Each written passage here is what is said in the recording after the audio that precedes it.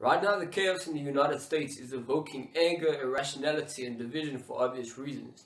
But what I see is history repeating itself, and what I'm talking about in particular is an extension of the FBI's COINTEL program, or as I like to call it, the Divide and Conquer program. In this operation, which began in the 50s and was only exposed in the 70s, the FBI literally fanned racial tensions and promoted division amongst the various organizations through the use of propaganda, violence, and even outright assassination. One of the operation's most disturbing objectives was to sabotage the anti-war movement and the civil rights movement through the use of divide and conquer tactics. And although it was claimed that the program would be scrapped after it was finally exposed, just a few years ago during the Occupy Wall Street movement, once again the FBI were caught using similar tactics against peaceful demonstrators, going so far as to even label us as potential terrorist threats. Now I want you to think about this, guys. Just a few decades ago, the government was literally fanning racial tensions and division.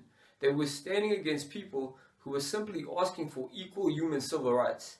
They were standing against people who were calling for an end to the unethical war in Vietnam.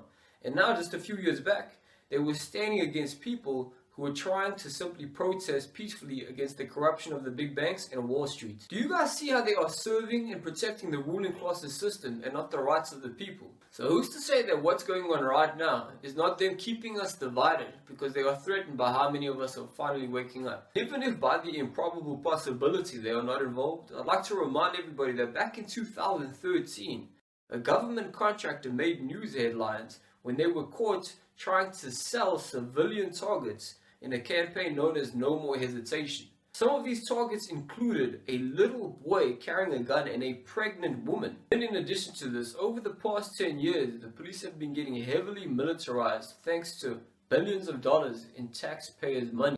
They are being trained locally for warfare, which would be illegal in many countries. So is it the police that are the root cause of the problem? Or is it the people militarizing the police that is the root cause of the problem? Now, most people, regardless of skin color, profession, or otherwise, want to live in a peaceful world where truth, freedom, equality, unity, and justice abound, rather than division, corruption, war, and exploitation. So why is it that the overwhelming majority, not just in the United States, but all around the world, why is it that our hopes and desires of living in a more peaceful and unified world, why is it that our desires are not being met, but this very small minority who literally profits from war, who profits from exploitation, their desires are being met? How is that even possible? And the answer is by keeping us divided. The ruling class have been operating in this manner for thousands and thousands of years. There simply is no other way for so few to exploit so many. In fact, in relation to the topic in question, Black Panther Party leader Fred Hampton was very vocal about who the real enemy is. And although the government led a successful propaganda campaign to degrade the Panther Party as being a racist organization, Fred Hampton and other original Panther Party leaders used to stand by the slogan that you don't fight racism with racism, you fight racism with solidarity. And they used to advocate for the rights of all oppressed people, of all skin colors. And because Cousin Fred was so effective, so brilliant at bringing the people together in solidarity and common cause, what did the ruling class do? They had him assassinated through the FBI's COINTEL program with cooperation from the Chicago Police Department.